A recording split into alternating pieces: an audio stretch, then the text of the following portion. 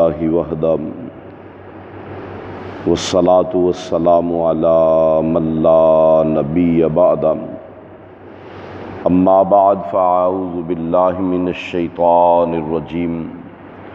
بسم اللہ الرحمن الرحیم وَأَنفِقُوا مِمَّا رَزَقْنَاكُم مِّن قَبْلِ أَن يَأْتِيَ أَحَدَكُمُ الْمَوْتُ فَيَقُولَ رَبِّ لَوْلَا أَخَّرْتَنِي إِلَىٰ أَجَلٍ قَرِيبٍ فَأَصَّدَّقَ وَأَكُن مِّنَ الصَّالِحِينَ۔ پس تم لوگ اللہ عز و جل نے جو کچھ تمہیں عطا کیا ہے اس میں سے اللہ عز و جل کے راستے میں خرچ کرو، اس سے قبل کہ تم پر موت آ جائے، اور پھر تم اس خواہش کا اظہار کرو کہ اے میرے پروردگار، کاش اگر تو میری اس موت کو تھوڑی دیر کے لیے مؤخر کر دیتا تو میں ضرور تیرے راستے میں خرچ کرتا اور اپنے مال کو خرچ کر کے میں بھی نیک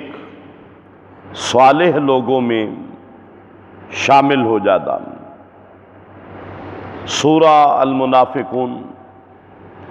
28واں پارہ، اس کی 10ویں آیت مبارکہ۔ اس سے قبل آپ کے سامنے منافقین کے احوال، منافقین کی نشانیاں، منافقین کے نظریات اور سوچ، اور پھر اس کے بعد نفاق پیدا ہونے کے بعد کس طرح انسان کے اندر کبھی مال کی دولت، کبھی اولاد کی دولت اللہ عز و جل کے ذکر پر غالب آ جاتی ہے، اور پھر انسان گمراہی کی طرف بڑھتا چلا جاتا ہے۔ اب آخر میں اللہ پاک نے اس سورہ مبارکہ کے نفاق سے بچاؤ کی تدابیر، نفاق سے بچنے کا طریقہ کار کیا ہے، اس میں سے ایک بات کا ذکر کیا ہے۔ یعنی ویسے تو بہت سے انداز ہیں، بڑے طریقے ہیں، لیکن ان میں سے بڑے ہی اہم طریقے کا ذکر کیا، اور وہ ہے کہ انفاق فی سبیل اللہ، اللہ کے راستے میں اپنے مال کو خرچ کرنا، یہ بھی ایک ایسا عمل ہے کہ جو بندے کو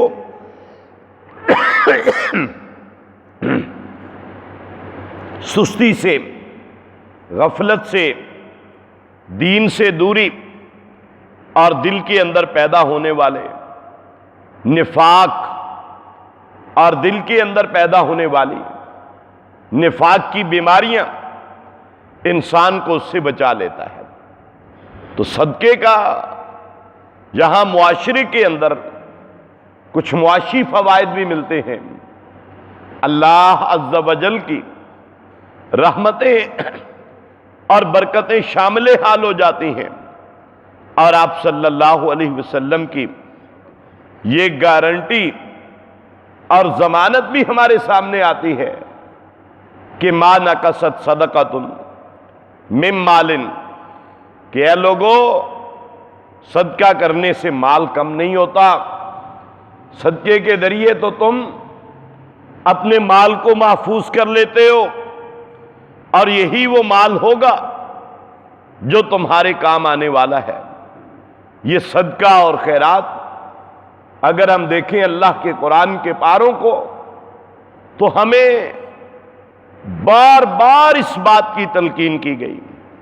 کہ اللہ کے راستے میں خرچ کرو، تمہاری تنگ دستیاں اللہ تعالیٰ دور کر دیں گے، تمہاری پریشانیاں اللہ پاک حل کر دیں گے، تمہارے لیے خیر و برکت کے اس انداز کے ساتھ دروازے کھول دیے جائیں گے کہ تم خود حیران ہو جاؤ گے کہ یہ اللہ رب العالمین کی مدد جو ہے وہ کس طرح میری طرف سے آ رہی ہے۔ اس لیے صدقہ اور خیرات یہ ایک مومن مسلمان آدمی کو اس سے کبھی بھی ہاتھ نہیں کھینچنا چاہیے اور دل کو تنگ نہیں کرنا چاہیے۔ اللہ پاک نے تعریف کی ہے صحابہ رضوان اللہ علیہم اجمعین کی کہ جب وہ اللہ تعالیٰ کے راستے میں خرچ کرتے ہیں، المتطوعین بڑی خوشی کے ساتھ خرچ کرتے ہیں، ان کے دل خوش ہو جاتے ہیں جب وہ صدقہ کرتے ہیں، خیرات کرتے ہیں، اور ان کے چہرے پر خوشی کے آثار نظر آنا شروع ہو جاتے ہیں۔ اگر ہم صدقہ کر کے تنگ دلی کا مظاہرہ کریں اور یہ سمجھیں کہ میرا مال کم ہو گیا، یہ مجھے کوئی پھٹیک پڑ گئی ہے، یہ میرے اوپر کوئی چٹی پڑ گئی ہے، یہ بھی آپ صلی اللہ علیہ وسلم نے فرمایا قیامت کے قریب شیطان اللہ عز و جل کے بندوں پہ جب حملہ آور ہوگا نا تو یہ بھی ایک سوچ پیدا کر دے گا کہ وہ لوگ صدقے کو چٹی سمجھنا لگیں گے، خیرات کو چٹی سمجھنے لگیں گے کہ یہ کیا بوجھ بڑھ گیا، اب نہ ہم اس کو جواب دے سکتے ہیں، اگر دیتے ہیں تو ہمارا تو مال پہلے ہی کم ہے۔ اور ایسی سوچ انسان کے دل کے اندر جب پیدا ہوتی ہے تو یہ بھی سمجھ لیں کہ اب شیطان میرے اوپر حملہ آور ہے، اور اپنے ہاتھ کو کھولیں صدقے کے لیے، خیرات کے لیے۔ یہ بھی اللہ تعالیٰ نے جہاں اپنی رحمتوں برکتوں کے کھولنے کا وعدہ کیا، جہاں اللہ پاک نے اپنی رضا اور اپنی خوشنودی کے وعدے کیے، اس کے ساتھ ساتھ اللہ عز و جل نے گویا کہ صدقہ اور خیرات جو ہے یہ انسان کے دل کے اندر نفاق کو نہیں آنے دیتا، انسان کے دل کو ایسے محفوظ کر دیتا ہے اور پھر بندہ نفاق سے بچ جاتا ہے،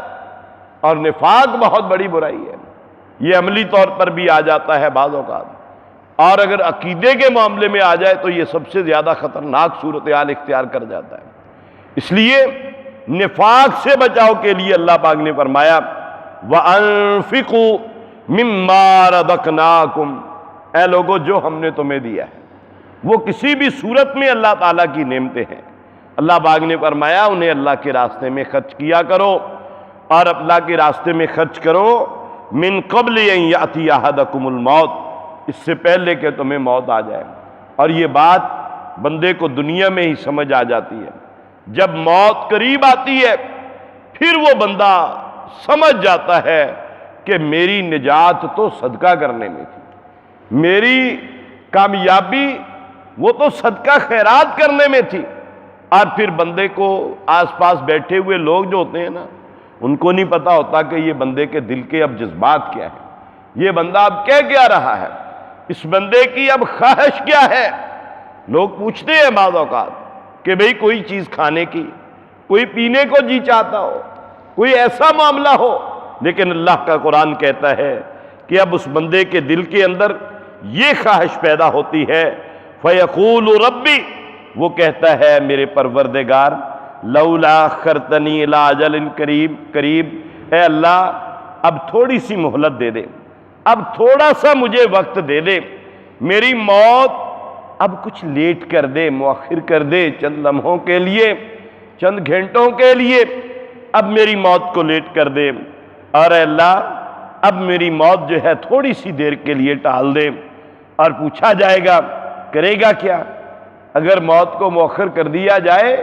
کرے گا کیا؟ کون سا ایسا کام ہے کہ جس کی آج تڑپ تجھے بے چین کیے ہوئے ہے؟ وہ بندہ کہے گا فَأَصَّدَّقُ، اے اللہ میں جو ہے فَأَصَّدَّقَ، میں جو ہے وہ صدقہ کروں گا، میں تیرے راستے میں اپنا مال خرچ کروں گا۔ اب مجھے احساس ہوا ہے کہ صدقہ جو ہے یہ بندے کے لیے کتنی اہمیت کا حامل ہوتا ہے۔ صدقے کے فوائد کیا ہیں یہ دنیا میں ہی پتہ چل جائے گا، جان کنی کے وقت پتہ چل جائے گا، لیکن اس وقت کا پتہ چلنا یہ بندے کے لیے سوائے حسرت کے، سوائے نا امیدی کے اور بندے کو کچھ بھی جو ہے وہ نہیں بنانے والا۔ اس لیے اس وقت کے آنے سے پہلے اپنے مالوں کا صدقہ، اپنے مالوں کا خیرات، ایک تو ہے زکوٰۃ جو کہ فرض ہے، اس کے علاوہ اللہ کے راستے میں خرچ کرنا چاہیے، بے درے خرچ کرنا چاہیے۔ اور آپ صلی اللہ علیہ وسلم تو صحابہ رضوان اللہ علیہم اجمعین کو اس بات کی تلقین کیا کرتے تھے کہ اے میرے صحابہ، اللہ کے راستے میں خرچ کرو، جس طرح تم اللہ کے راستے میں خرچ کرو گے نا، اللہ تعالیٰ اس سے بڑھ کر تمہارے لیے اپنے خزانے کھولیں گے۔ تو یہ تو بندے کو صدقے سے رکتا کس لیے ہے؟ مال کی محبت جب بڑی بڑھ جاتی ہے نا، بندہ پھر صدقے سے رک جاتا ہے۔ حالانکہ وہ مال کی محبت اگر بڑھ گئی ہے، اگر بندہ چاہتا ہے کہ مال کے اندر اضافہ ہو جائے، اسے چاہیے کہ وہ صدقہ کرے۔ یہ بھی ایک طریقہ ہے۔ اللہ رب العالمین، ممکن ہے ایک دکان سے بندہ کنجوسی کر کر کے 2 دکانیں بنا لے،